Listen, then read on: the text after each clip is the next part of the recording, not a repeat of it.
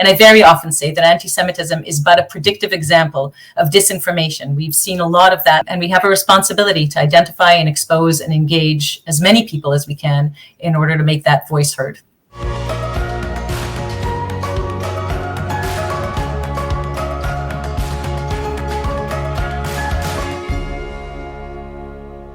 Shalom, shalom, everybody. Welcome back to another episode of the Pulse of Israel here in our eternal and undivided capital, Jerusalem. Today I will be speaking with former MK, Knesset member, Michal Cotler Wunsh, who is one of the front runners to be chosen to lead the Sochnut, or in English called the Jewish Agency. So let's bring on Michal. Shalom, Michal. How are you? Very well, Avi. Thank you. How are you? Thank God, very well. Always a pleasure speaking to you. You had a very full tenure working in the Knesset, and I imagine you are just as busy today. So before we start talking about the potential role of leading the Jewish Agency, can you just fill everyone in how you've been keeping busy ever since the Knesset? Absolutely. First of all, thank you for the opportunity, and thank you for whoever is watching or listening. Everything that basically guided me into Knesset continues to guide me now. So if I had to share the three pillars that I've been committed to in every way possible, professionally and academically and voluntarily, the three pillars are Aliyah, the relationship between Israel and global Jewry, and of course, what challenges us most possibly, and that is the rising of anti-Semitism and delegitimization, and actually the way that it divides us, both dividing Israel from global Jewry, dividing us internally in Israel as well.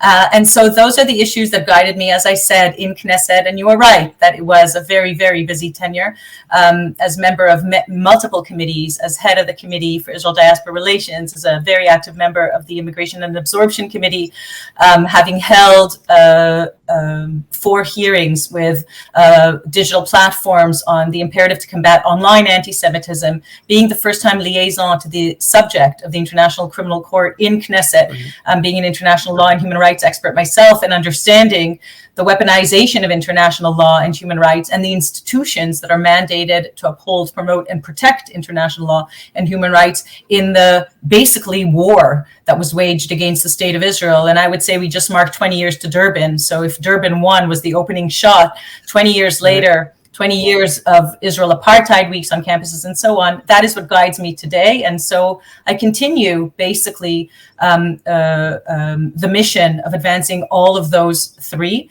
both as head of the Nefesh B'Nefesh newly founded Institute for Aliyah Strategy and Policy, creating long-term, proactive, systemic change in the area of Aliyah, of course, in continued engagement as a scholar in residence for the Jewish Federations of North America, and consultation to organizations that are continuously identifying, exposing, and addressing anti-Semitism and delegitimization. So yes, that is what I continue to do today out of Knesset as well. So what do you think today's challenges are really to world Jewry?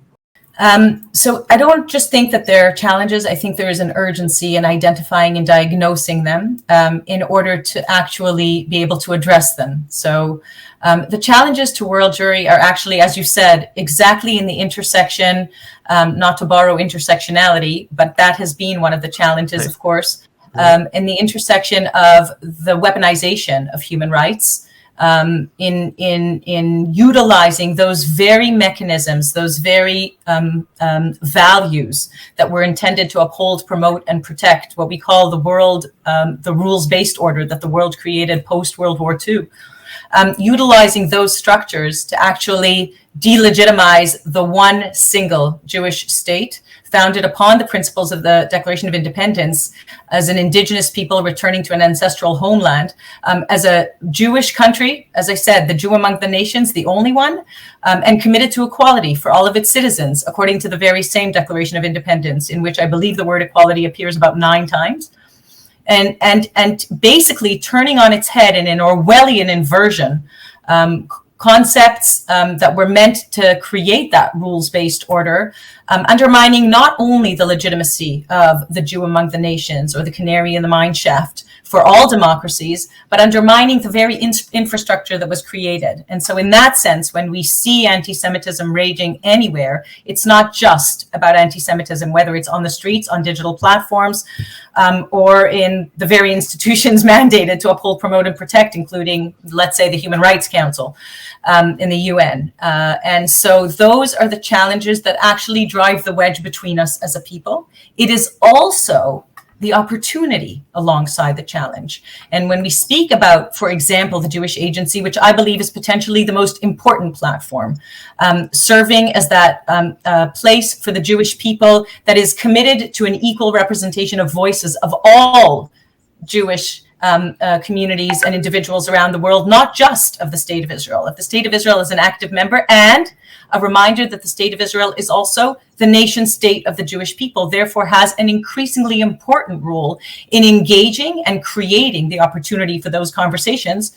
Not to say we have to agree about everything, but in creating and ensuring the what I call the basically the equal representation of voices around that table.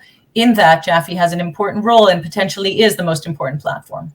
So what do you think? I mean, I'm not looking at you to criticize. I'm looking more like to build upon what you just mentioned, to what, in a sense, what you bring to the table. What could the Jewish Agency have been doing or doing better that you would help bring to the table by being elected to run the agency?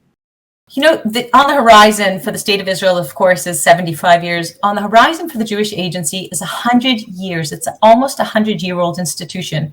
And I see it as a continuum, as really as a relay race. At every time in our history, with a chairperson at the helm, until today, chairman at the helm, the identification of the most important challenge is what Jaffe, with the Jewish Agency, was able to challenge and had to channel and to represent, and had the responsibility to champion. And in fact, I think it's very important that we recognize what has happened until now, what the Jewish Agency has done, the infrastructure that it has created. Without that infrastructure, it isn't, that potentially most important platform that I refer to, because of that infrastructure, because of the strategic planning that it has undergone in the last few years, identifying and clarifying its vision and mission and values. It is now in the most prepared situation to begin to implement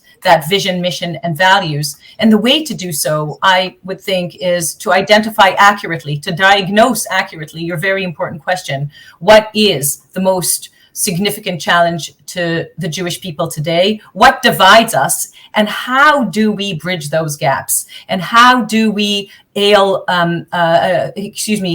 those ailments and heal those rifts?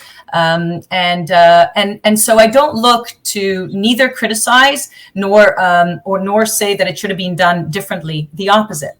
I look to take what's being done and move this continuum along to its current form of most significant challenges, and addressing them and utilizing the tremendous opportunities that I believe we have, and the responsibility that is growing with a sense of urgency that I certainly feel, because in the meanwhile, the wedge between Israel and Jews around the world is driven much deeper. We see all kinds of manifestations of that. I referred before to the term of intersectionality. From my own academic expertise, I can tell you that, again, the utilization of the language of rights is critical, because we have to understand that there is a war waging in which not one shot has been fired, no tanks, no airplanes, a war for the hearts and minds of public opinion. And in order to be able to address the challenges of that war, we have to use the same weapons, the same tools that are being utilized to drive a wedge between us, the Jewish people around the world, and of course to delegitimize the State of Israel and enable the rise of anti-Semitism worldwide.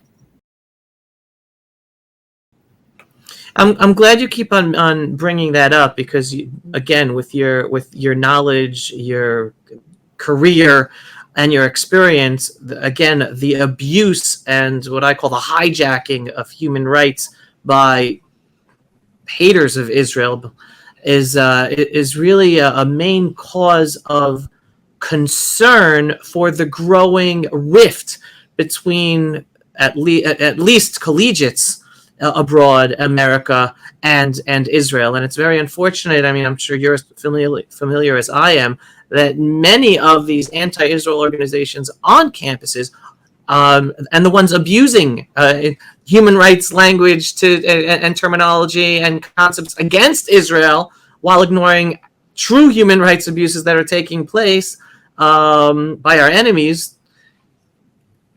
It's just I totally lost my train of thought what I was trying to say, so please forgive me. That many of these organizations that are anti-Israel are abusing the language of human rights, and they are Jewish themselves, many of these leaders, and unfortunately it's trickling down to other Jewish collegiates and trickling down to the general Jewish community. How do we battle that when it's the actual terminology and of human rights that's being used erroneously to turn Jews and Jewish communities against Israel? Well, the most important thing is actually, and I say this, again, I'm going to use the term intersectionality. The most important thing is to take back intersectionality, because this is not just about Jews. It's not just about Israel. What the double standards that you're referring to in the application of any principles, in the application of human rights principles in this context, that double standard actually doesn't just harm and gnaw away at the legitimacy of the state of Israel and enable the rise in anti-Semitism. As I said before, it undermines the entire infrastructure. So I'll give an example. If the ICC, the International Criminal Court, to which I was liaison in the last Knesset for my own set of expertise, renders a decision according to which the state of Israel is accused of war crimes, and at the very same time, in a world that committed to never again, there are war crimes being committed again and again as we speak. And not only are the double standards against the state of Israel so horrifically undermining of those suffering real war crimes that are being perpetrated, but in fact undermining the entire ability to contend with those war crimes. That is a role that we have. It is a role that we have to engage Jews and non-Jews. It is a role that we have to engage countries that may understand this and are in many ways not knowingly complicit in undermining the rules-based order. I'll give an example. If there are countries funding anti-Semitic curriculum for school children that actually enables anti-Semitism, those countries need to know. If there are institutions such as the ICC that actually are based on international law principles, such as complementarity, such as reciprocity, I don't want to bore your listeners with international law, but if those foundational principles of the International Criminal Court are completely ignored in the decisions that are being taken by the International Criminal Court, it undermines the entire system of the International Criminal Court that is meant to hold to account the worst, most egregious violators of human rights that, as you say, continue perpetuating and perpetrating true violations of international law. And so at the end of the day, if you would ask me, Avi, the most important thing for us to do as not only a Jewish and democratic state, which is what Israel was founded to be. It was founded to be Jewish and democratic. When we say the incredible understanding of recognition of the Abraham Accords says, I recognize your right to exist as who you are. In Israel's case, Jewish and democratic. That is an incredible potential for us to reach across to other peoples, to other countries, to other denominations, to other religions, and to begin to create an understanding that this is not about yesterday's perceived real and maybe wrongfully perceived differences of right and left, or religious or secular, or Jewish or not Jewish. It is really a complete intersection between those that are able to agree to a moderate way of not only analyzing things, but committing to the way that we conduct ourselves, and extremism, radicalism, radicalization. And at the end of the day, that's a tremendous responsibility and ability of Jewish communities worldwide the first thing to do is to take back intersectionality. It's to know that we have a story to tell. It's to equip students and adults with the sense of empowered identity that says you have a right to exist as who you are, and Israel has a right to exist as what it is. And anti-Zionism is directly conflated with anti-Semitism. So what's clear to you as anti-Semitism is clearly also anti-Zionism. How do we know? Because we have an incredible resource that was developed after 20 years of democratic process, and I'm referring to the IHRA working definition of anti-Semitism, which has been adopted by about 40 countries and sports leagues and cities, and needs the understanding and the implementation because it includes the 3Ds, what's known as the 3Ds, the demonization, delegitimization, and double standards against the state of Israel as part of the working definition of anti-Semitism. And just so we head off the next possible question, it specifically says that criticism of the state of Israel, just like criticism of any other country, is legitimate. It's delegitimization of the state of Israel that is not legitimate, and no other country has to endure. Right. Well, I enjoy having this conversation with you. I like to say the following. I'm very much bullish about the future of the Jewish people, the future of the state of Israel. I'll tell you something else, and you touched upon this. I'm very much bullish about the growing normalization between Israel and the Muslim Arab world here in the Middle East. We see it happening, and it's little things that are miracles that are developing in ways that we couldn't have imagined just a number of years ago. However, I'm very pessimistic about American Jewry, and I'll tell you why. Because we're living in a generation where facts don't matter anymore. I mean, I love having this fact-based conversation with you, specifically about the importance of human rights and taking the language back. And realizing that it's much more than just Jews and Jews or the Jewish people, the state of Israel standing up for everyone who is being abused by human rights. But it's very disconcerting where time after time we see our own people just falling into the trap of not really even wanting to pay attention to facts anymore, because we're in a generation where feelings are trumping facts. And that's a hard barrier to overcome, to try to pull back people using true justice and true human rights to get them back on track, to feel more of a connection with their people and their country and actual human rights values, as opposed to just using it as tag terms, but actually working against it.